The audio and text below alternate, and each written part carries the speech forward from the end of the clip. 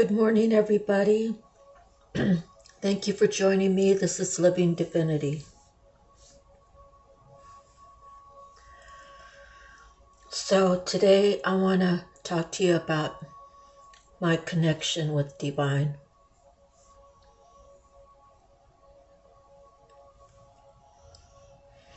If you've watched any of my previous readings, I proclaim that my grandmother holds high places in heaven. And I've told different family members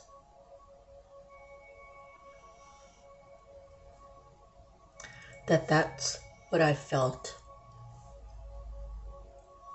That's what God was trying to tell me to say to my family members.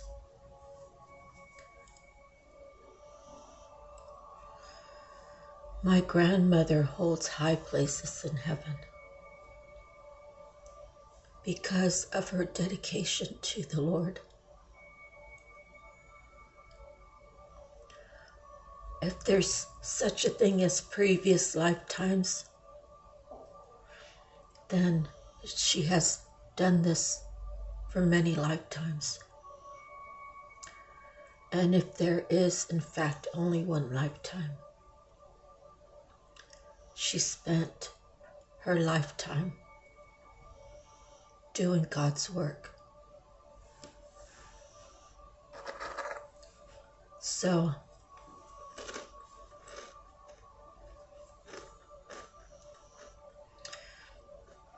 if you've watched yesterday's video, I think I did, was my grandparents owned a business in town. It was given to one of my aunts and her husband to run it as a family business, not a family business for just that initial family. It was to be used to expand for the families, the bloodline of the Capituans. And my aunt and her husband sold it without mentioning anything to my grandparents. In the middle of the night, they were gone. The business was gone. And the house that my grandparents built in 1956, that my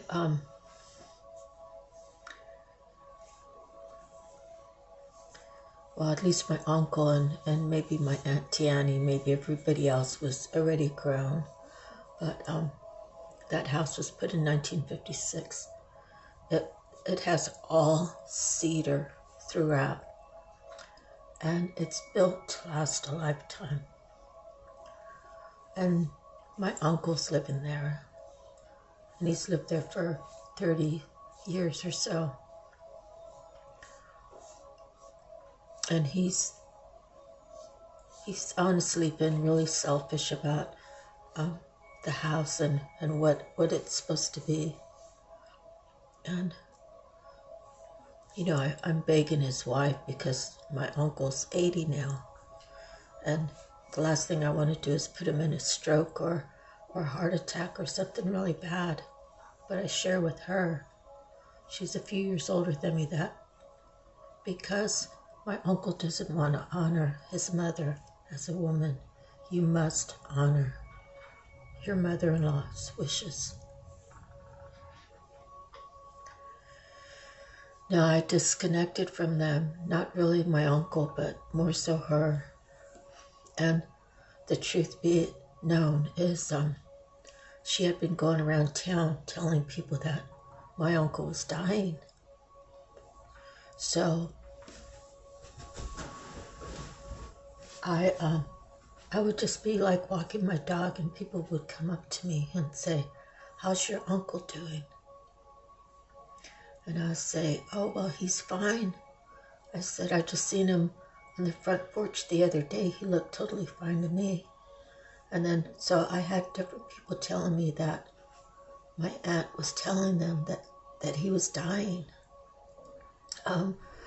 Dolores, a lady that went to school with my uncle, she asked me about him. I was like, she's like, is it true? Is he dying? I was like, well, we're all dying. But I couldn't understand how she was getting this information. And that's what she told me, was that his wife said that he was dying, that he had diabetes and he was having dementia. And I said, well, he has diabetes, but he has medicine. And I said, if he has dementia, why is she still working?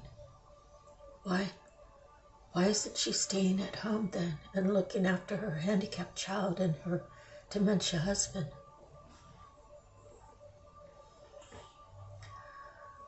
And a couple of years ago, I told her this story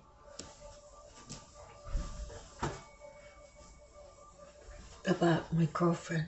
I thought she killed her husband, and she wanted to know the particulars. And, we were just walking with her daughter, and I was telling her that, there's a lot of property involved, and she has control over everything, and I've spent time with both of them, and she gets mad if he takes a couple $100 out of the bank or whatever. I don't really know.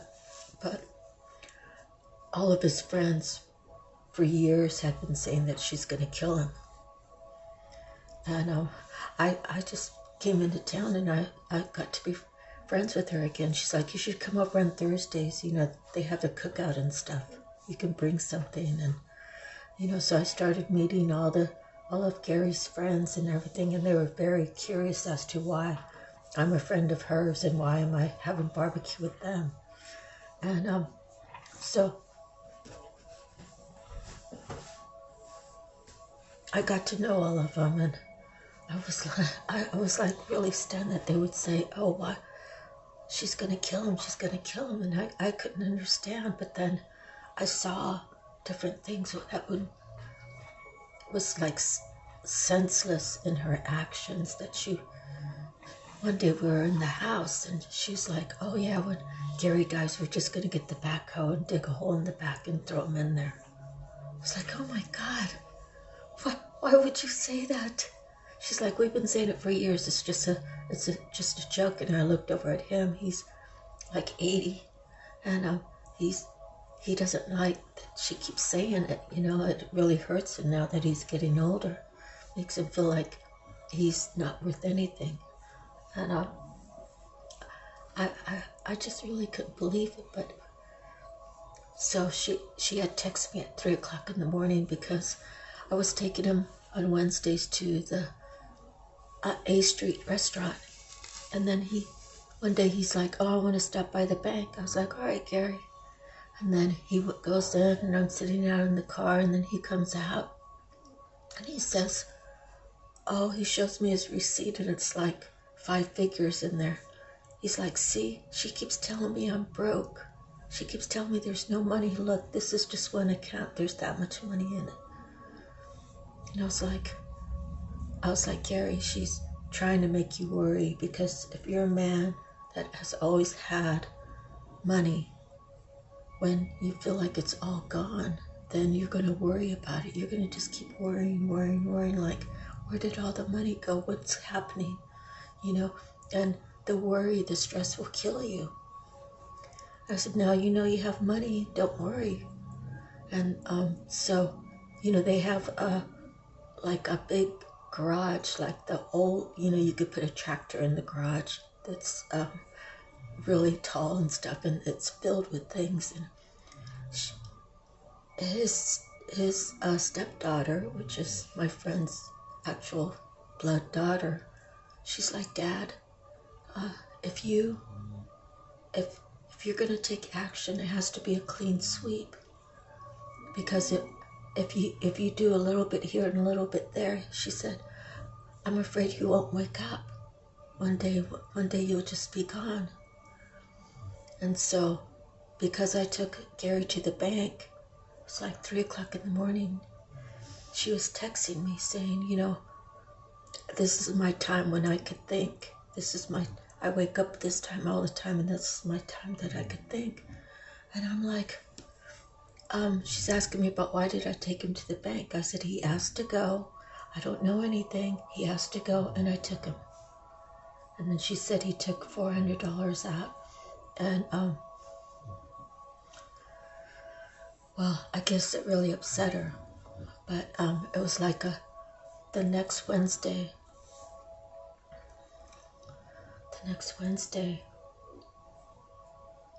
maybe it was 2 Wednesdays later, but Gary had called his son and told him, if you want this car, you come and get it this weekend. So he came and got it. And then with her seeing that he's making moves without like her approval, it was really upsetting to her. And so she was texting me saying, why did I do this? Why did I do that? I was like, that's between you and your husband. He asked me to take him, I took him. And well, then like one Wednesday or 2 Wednesdays later, I received a call from her daughter, and she said, Mom either called or texted me at 3 o'clock in the morning to tell me that Dad died. And so you see, all those people were telling the truth. They saw her who she really was. So as the story goes, you know, I actually did report it to the coroner's office. You know, I called whatever the state police, whatever it's called here, and highway patrol or whatever. I called and I said I believe that an actual murder took place. And so when I spoke to the coroner's office, they said, oh, well, he was old. I was like, yeah, and he had a breathing problem too. So, you know, if someone wanted to get rid of him, all they'd have to do is sit on him and put a pillow over his face. Like, you wouldn't even know the difference if he has a green machine sitting next to him. So there was never any investigation, and the property, you're talking in Central California, over 100 acres of property. And the weirdest thing was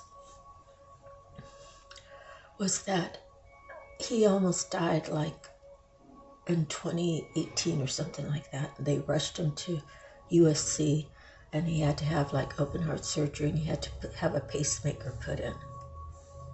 And they didn't know if he was going to make it, so Kathy had made a will that gave the property that he wanted his son to have, and then the other property was to be split between her 2 kids. And so things happened, you know, life went on, and so she was trying to get him to do a new will before he, you know, suddenly passed away. But she was telling me, because I had first gotten up there, she was telling me, oh yeah, I got to take Gary to the attorney's office because he has to sign the will. And she had mentioned that she wanted to have all the property released to her, and that she would sell 100 and something acres to the strawberry farmers that leased the land for $2 million. I was like, oh my God, that's awfully cheap. You know, I mean, I didn't say anything, it's none of my business, but so she was trying to revoke the original will, the one that was right, where his son got the property that he wanted him to have, and then the property with the house with them, whatever the acreage is, would be split up between Kathy's 2 kids. But she can live there till she dies, and then the will goes to the children. So she was trying to change all that because she wanted to go to Peru, where her sister and husband, you know, that's what she wanted to do. She wanted to sell the property for $2 million and go down to Peru. And I'm sorry, I'm getting a little snack. And so that's the story. Because he was old, there's no investigation. And that's a crying shame, because if they looked into the property and how she wanted it all changed to suit her, and she wasn't getting her way, so she's like, why should I hold on to him if he's not gonna, you know, she had the will drafted up, and he told her, I'm not signing anything unless I can read it first. she wasn't getting what she wanted with him alive, so kind of why keep him, you know? So back to my aunt and uncle. You know, my aunt wanted to know how old the guy was. My uncle's reached 80 this year. And so I have like 3 different people coming up to me. And these are 3 people that grew up here that were very close with my dad. I mean, my dad, very close with my uncle. And then the one guy, he actually got me on Facebook because we're friends on Facebook, and he asked how my uncle was doing. I was like, are you, he's like, I heard this about 3 months ago, and now I'm hearing it again. I said, is it from the same person? He's like, no, 2 different people had came to tell him, you know, that my uncle was dying, and they heard it from his wife.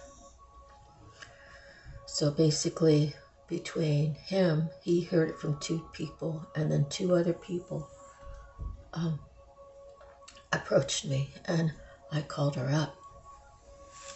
And, you know, like I hadn't been talking to her, and that's like a little family situation, you know, regarding the house, plus the people who are actually righteous, deserving of the house, and not to be used, to be taken and sold, or used to live in there and squat for free to make it as grandma would want it to be.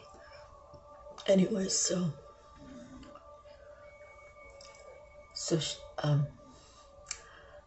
I called up the house, and she let the answering service pick up. And I said, I'm calling about my uncle. And if I don't get a return call back, I'm going to call the authorities. And then she picked up the phone, and she's like, he's fine. He's fine. I was like, why are you going around telling people he's dying? You know, I said, my uncle may not have been perfect his whole life, but he's still my uncle, and I still love him.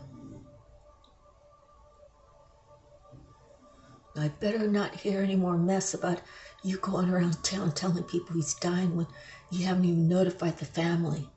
Like, what are your plans? I actually wrote the chief of police a letter. I said, if anything happens to my uncle, I'm going to investigate it. And these are the reasons why.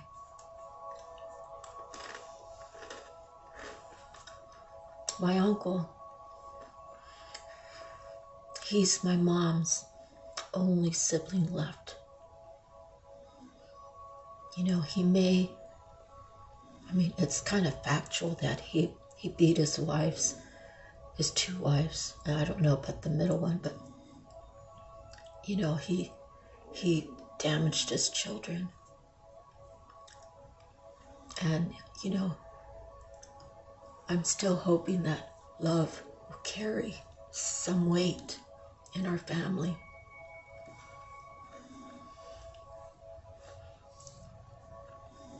His oldest son, Mark, was one of my grandma's favorites, and he carried on the Cabotuan name.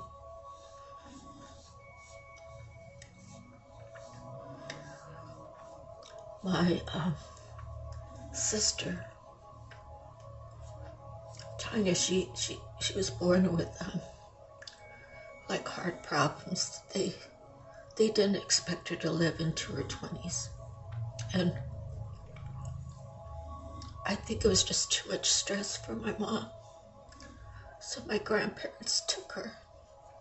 And they took care of her, and as she grew up, then she took care of them. And her name was listed. And then my mother's name was listed. And it's not about a fight over the house so I can have money. Money's not that important to me. Sure, it helps, but I would not cause World War III in our family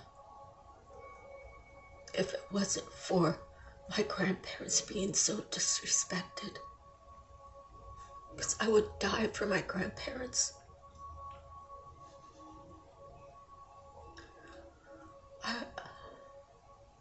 People want to twist things around and say different things about me.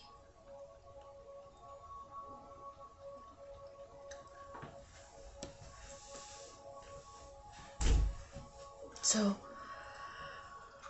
getting back to my aunt and my uncle, I want my uncle to be as happy as possible. He's in his last days. Why does he need to be 80 years old and going and cutting the grass?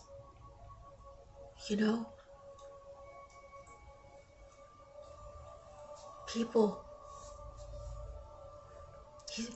he's outlived everybody but my Auntie Margie. I think my Auntie Margie was 84. He's outlived his own parents. He's outlived all of his siblings except for my Auntie Margie. Everybody died when they were in their 70s or younger. So let him live. But know that his mother holds high places. And if he's not treated right in his last days, if you can't honor the man that you've been with your whole adult life, don't be with him for the house. Don't be with him because you don't have a mortgage there. Be there because of love. Put love on the forefront.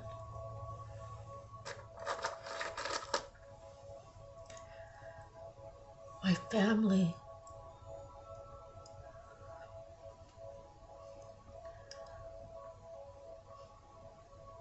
the way that things are being handled, my grandma's not happy about it. People think that I have this power that I can cast spells on people and then bad things will happen to them. I don't even know if that's possible. And I wouldn't even want to try it.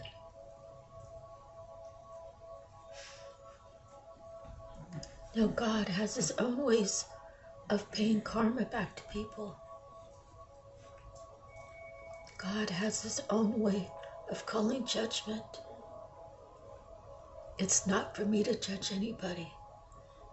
It's for me to put light on the situation, that while these people are still alive, that they can make some corrections that will help keep the spirit of my grandparents alive. So I stopped over at my uncle's house yesterday, and I haven't talked to them since probably last summer.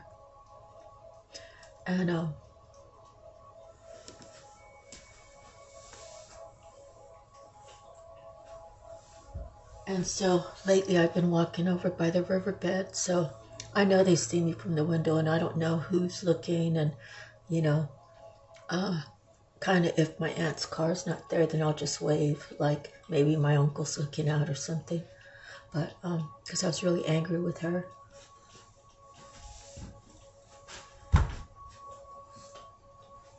And so I just decided yesterday to stop by. And she answered the door. I said, well, where's my uncle? She said he's sleeping. And I had something for her, and I gave it to her. And I said, how's everybody? And she's like, Uncle's been sleeping for like 15 hours a day. I said, well, that's good if that's what he wants to do. She's like, he has a hard time breathing because he's not exercising. And I was trying to tell her to give him these high content to like speed his metabolism up. And she's like, yeah, I give him all that. It's the things he gets when I'm not around. So I looked in her eyes, and she looked like she wanted to cry. She actually looked like maybe she had been saying bad things about me. And she was regretting it.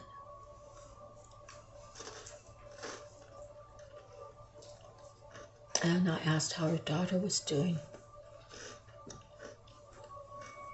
when I was calling about my uncle before, I asked how she was doing. She had more I don't know how to say it, pulps in her brain that were non-cancerous. So I guess they had a procedure done back in July when they had some of them removed. And then she has them on her spine and still in her head. The smaller ones they left, which I don't know. I kind of told her if I were you, and I said I think I would tell them to remove all of them. You already have her opened up, just remove all of them. And so the weirdest thing is, it was like about a week or two ago, I started going down to the riverbed, and I have to pass Grandma's house. Like I said, so when I asked how her daughter was doing, she said her daughter broke her leg. I was like, oh my God, how'd that happen? And she slipped in the kitchen. But when I looked in her eyes, it was kind of like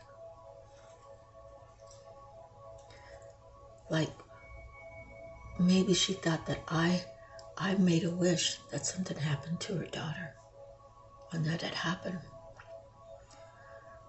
But I know that's not true, because I would never wish any bad on anybody. And that's why when I looked in her eyes, it's like I saw that she had been saying bad things about me. Like trying to deter the words of Grandma holds high places.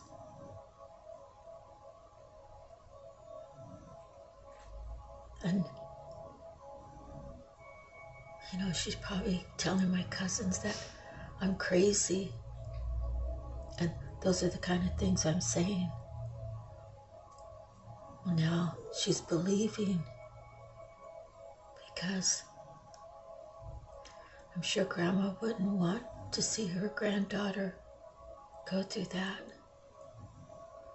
But sometimes God won't punish the people. They'll punish someone close to them to make them wake up.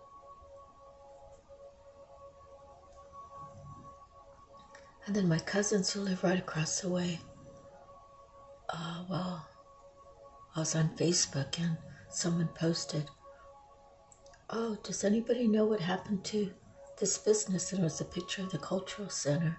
Like when you Google it, it says permanently closed. Well, God giveth and God taketh away. They tried to talk smack about my grandpa. Pretty much saying he was not even close to a pillar in this community, that he was a nobody.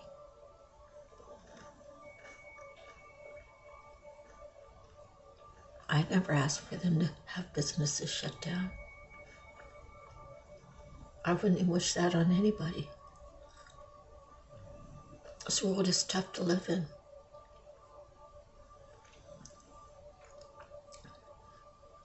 So because I speak highly of God, I speak highly of my ancestors, and they try to belittle me, to belittle their own blood, their own grandpa, their wife's parents.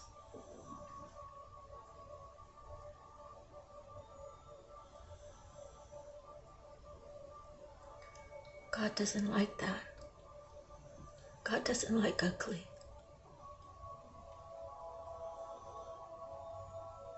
I remember being little.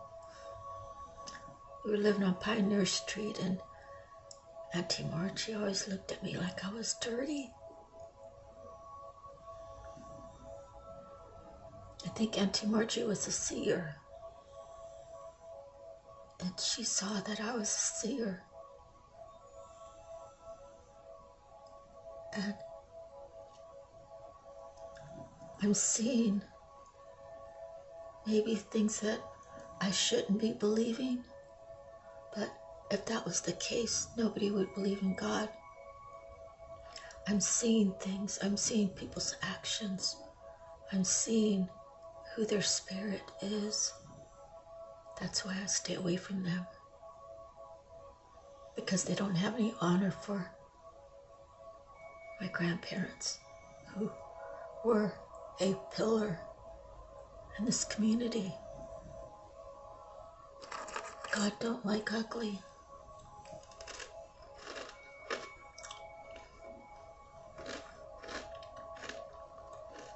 You know, people really think I'm really beautiful.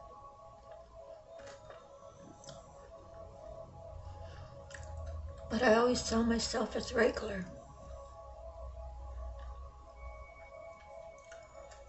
When I turned 30-something, I got those glam reports done. And I looked at them and I was like, wow, all these years I thought I was regular. I am really pretty. And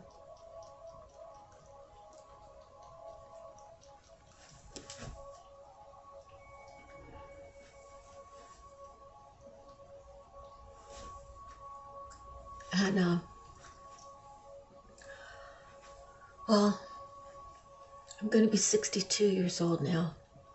And people who don't know me think I'm 42 or 34 or, you know, I dress regular. I wear jeans and t-shirts, and it's been a while since I had on a dress and heels. Probably since my Hawaii days. My Hawaii days, I was able to go with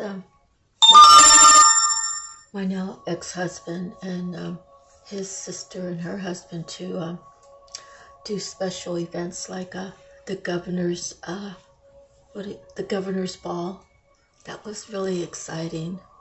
And then we had to get dressed up for a special event on the USS Missouri, where they had like white tablecloths on the aft part of the ship. And you know, the USS Missouri is only so big, so there was probably like 10 tables, and then they had the podium, and so different people spoke, and then, of course they gave all these gifts.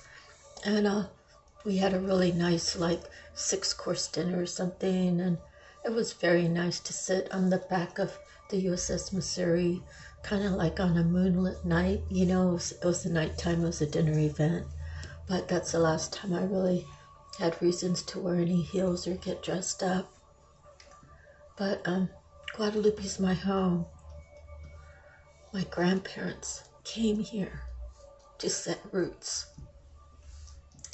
and not very many people stuck around. Even people who moved to the next town, they don't say they're from Guadalupe because they think it's dirty. Guadalupe's a agricultural town, I would say, because agriculture wraps all the way around our little town.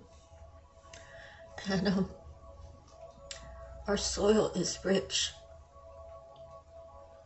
It produces vegetables for a lot of people here in America.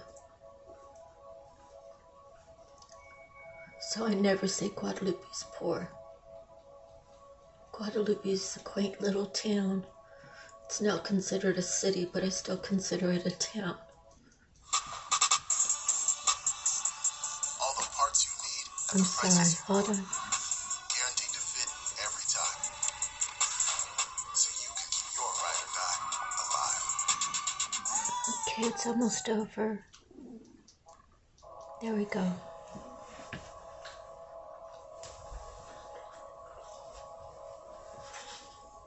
But my town is my town.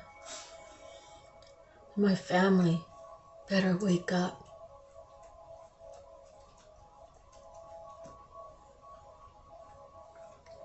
My family better wake up.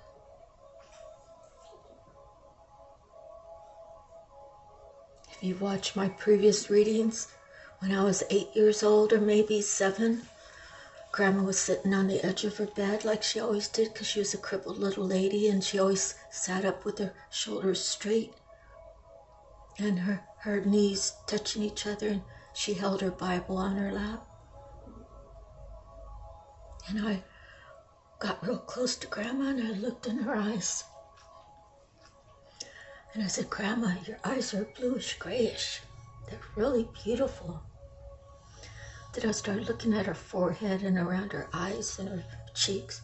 It's like, Grandma, your cheekbones, they're so high. They're rosy. You have hardly no wrinkles. Mom's got more wrinkles than you do, Grandma. And she smiled at me. When I looked in her eyes, I just saw like this incredible love. The most incredible love that anybody could ever feel. And I said to myself, wow, when I grow up, I want to be just like Grandma, except for the crippled part. I still stand tall. I haven't shrunken an inch.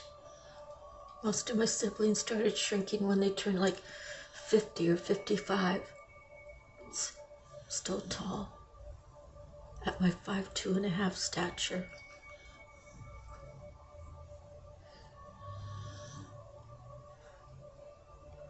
But I thank God for my grandma, because she had my mom and my mom had me.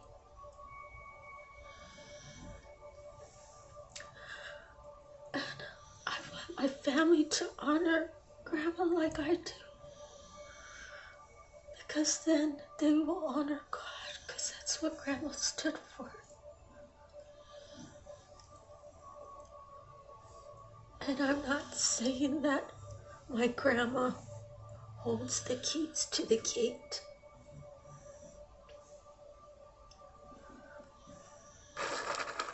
My grandma, she was an excellent reader of energy.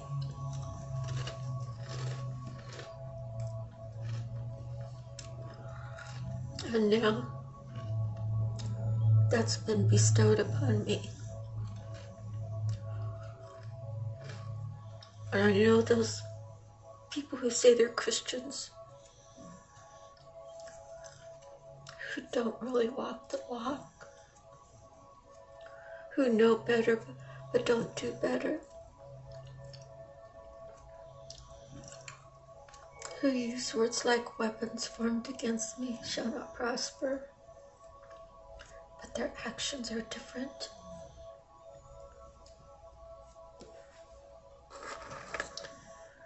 Then I know those who say I'm crazy. Oh, don't listen to her. She doesn't know what she's talking about.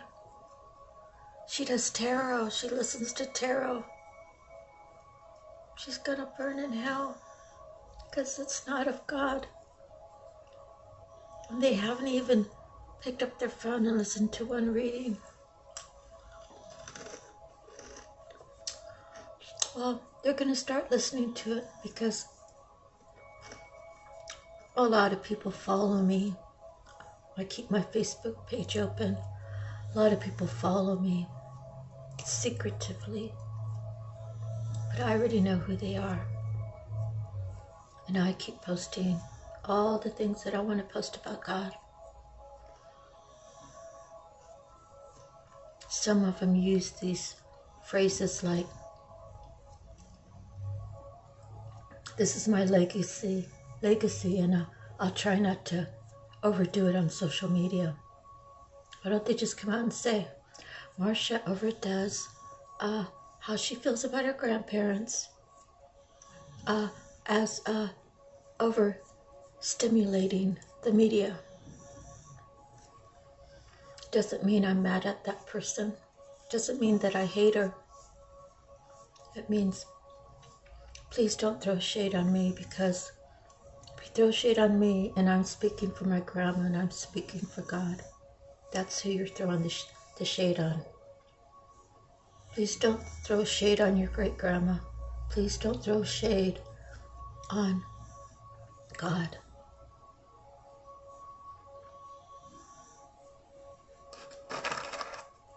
God don't like ugly. My Auntie Annie used to say.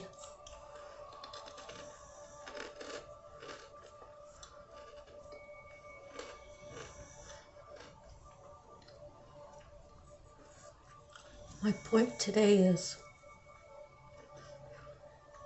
I don't have to do spell work.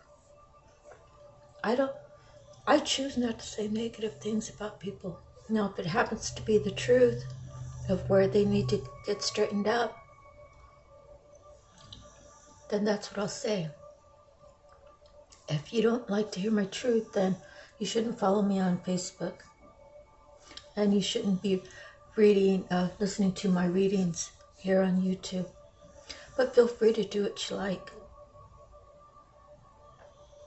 Because my grandma holds high places in heaven.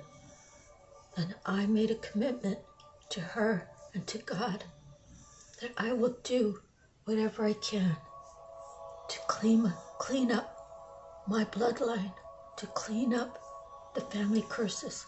The only way to clean up the family curses is by talking about it, not by keeping it a secret. And I don't do it out of hate. I don't do it out of, oh, here I am, I'm talking about it again. Put me up on the pedestal. I don't need to do that, dear. When God chooses me to speak for Him, I'm already on that pedestal. And if you want to dishonor the words coming out of my mouth, you don't really have to apologize to me. You gotta apologize to my grandma. You gotta apologize to God, not to me. I'm here doing His work.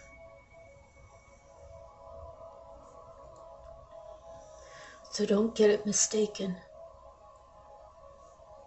There's good people and there's bad people in tarot, just as there's good people and bad people in the Catholic Church, in the Mormon Church, in Jehovah's Witness Church, wherever, however, there's good and bad people wherever you go.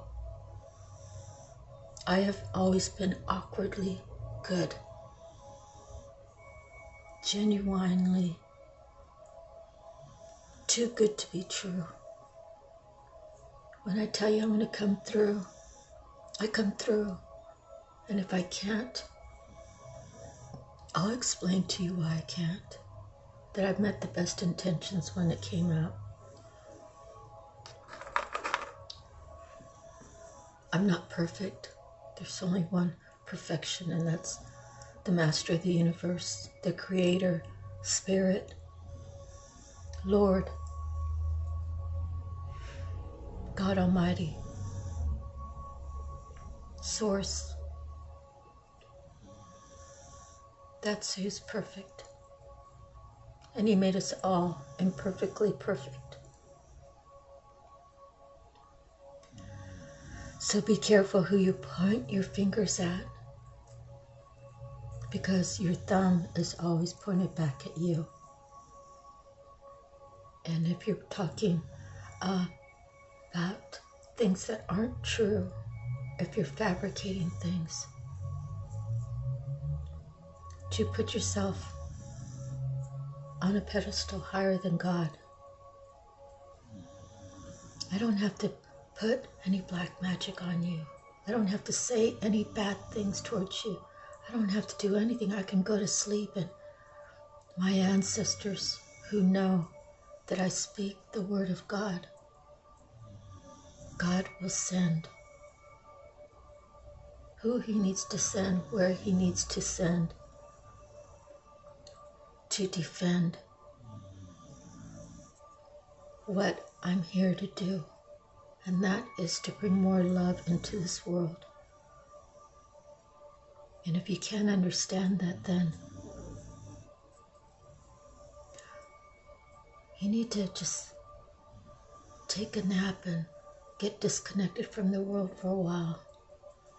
And when you wake up, realize that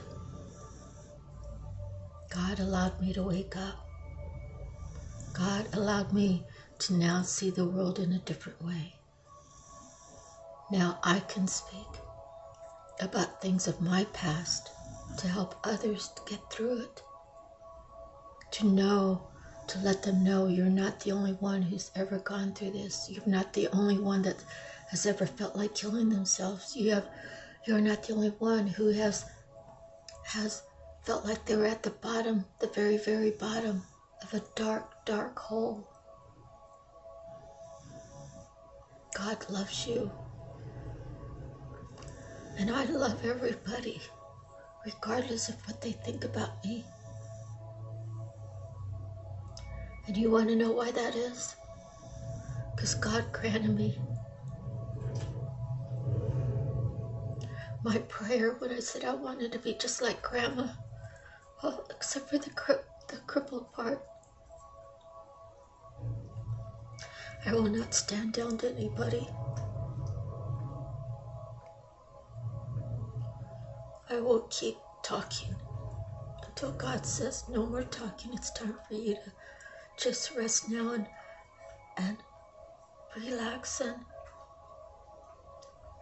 and I got someone else to take your spot, or it's time for you to just leave your body and I'll decide where you go. Be careful what you project. Think about what you're saying. If it's negative, is it true? Is it something? What's the intention of why you're saying it? And start acting like someone's watching you with every action that you do, because someone is. That someone is the most powerful force in the universe. Some people call him Creator, some people call him God, some people call him God Almighty, some people call him Master of the Universe, some people call him Spirit, some people call him Creator, some people call him Source. Call him what you may. God is love and love is God. There's only one. Thank you. God bless. Have a good day. I'll see you on the next one.